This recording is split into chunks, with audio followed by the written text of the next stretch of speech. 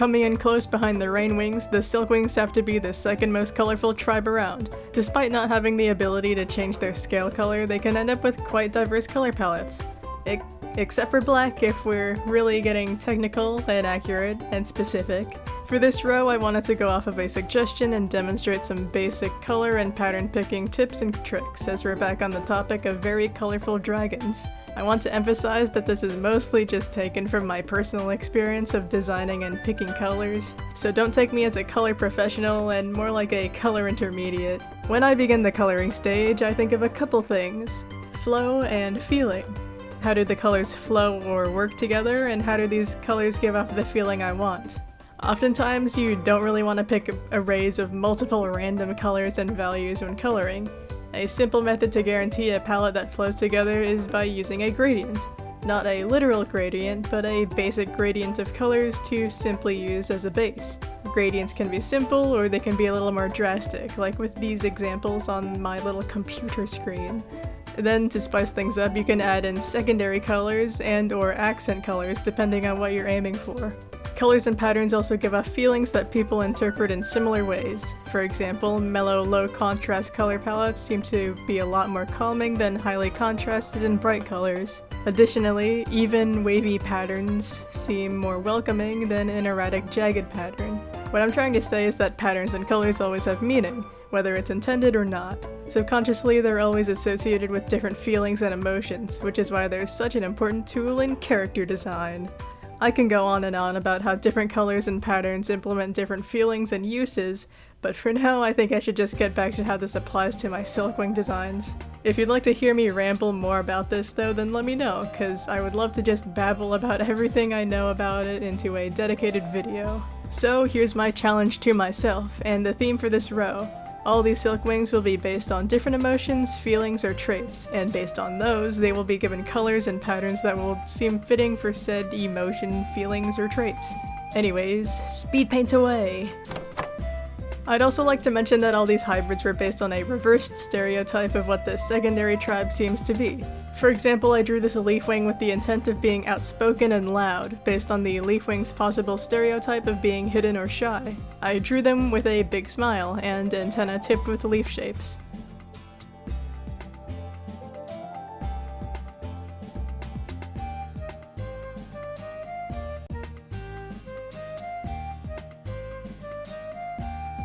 As for their colors, I wanted them to be very bright and in your face, with spotted patterns to make them look friendly or bubbly.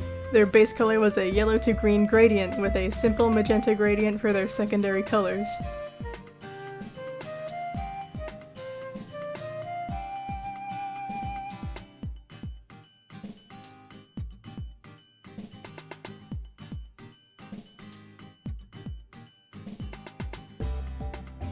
As an opposite to the Leafwing, I based the Hivewing on shy and calm traits, going off of a stereotype of being loud and dangerous. They were given a lot of shapes drawn inwards to accentuate their potentially shy nature, like inwards pointing horns, a very thin underbelly, and many inwards swirling swirls.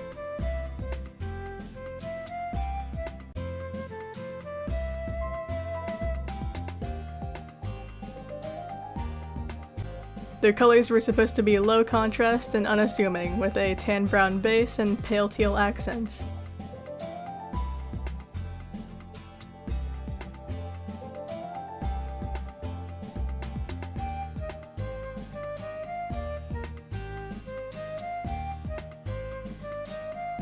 The Nightwing was based on being nervous or sensitive, which came from being elusive and emotionless. I gave them a very worried expression and pose, like they're reclining into themselves to hide away or prepare for something bad.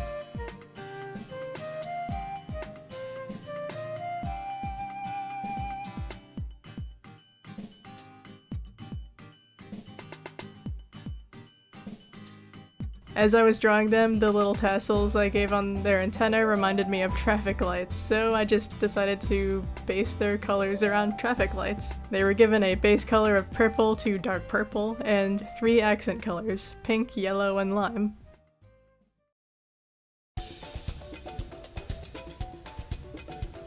Since the stereotype of the Rainwings is to be joyful and blissful, I decided to base this design on being sad and joyless.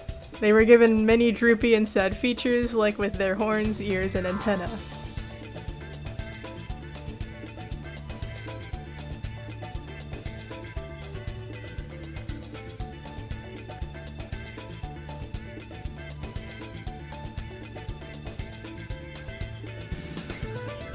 They were honestly a little tricky to color, as whatever I wanted to do seemed a bit too similar to the Hivewing. I initially wanted their colors to be dull and pale, but then it stopped really looking like a Rainwing hybrid and more like a depressed Silkwing.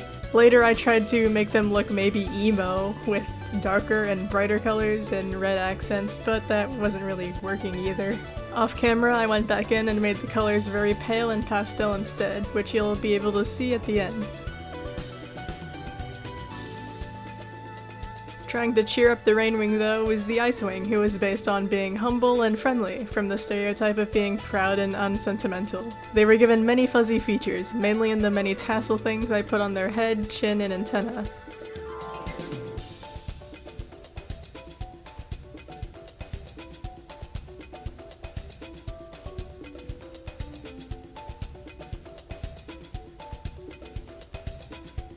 For their colors, I wanted them to be warm and welcoming. They were given a cream and orange base, with a purple secondary color and pink accents.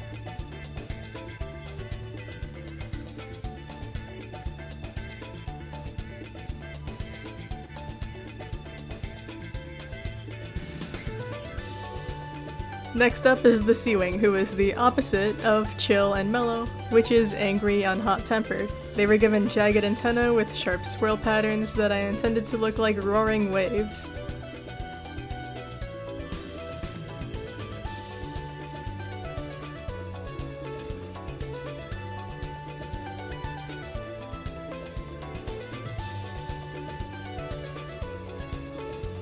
Their colors are bright and saturated to reflect a bold or bright nature, with a deep blue base, bright red secondary colors, and white accents.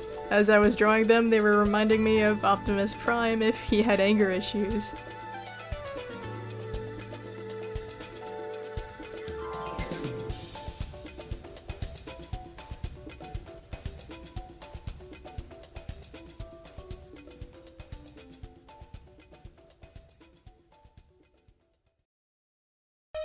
To contrast the Seawing, the Skywing was drawn with quite the opposite theme and similar colors. They were supposed to be chill and mellow, as an opposite to angry and hot-tempered. Their design was supposed to flow together smoothly, with feathery patterns and slightly curled horns. Their colors were supposed to be an opposite to the Seawing again, but this time with much paler blues and light pinks with warmer white accents.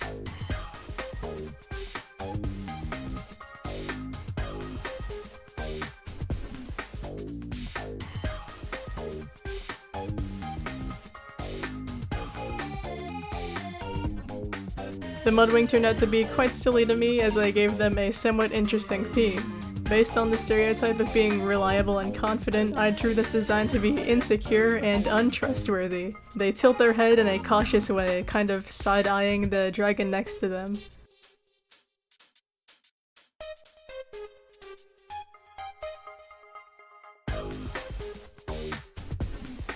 Their colors were picked and placed in a way to kind of look like they're hiding something. With a light brown base and a yellow secondary color, the teal runs down their back, almost like it's trying to be concealed by the yellow.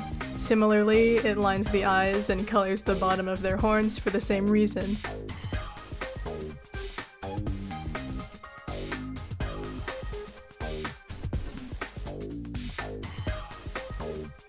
Finally, to kinda sorta oppose the Mudwing, the Sandwing was themed off of being honest and reliable, based on the stereotype of being tricky and deceiving. They were drawn in an upright stance like they've got nothing to hide, with many repeating square patterns to signify how they could be stable or secure. They were given a yellow base with blue secondary colors, as yellow is often a color associated with joy, and blue can be used to signify trust and responsibility.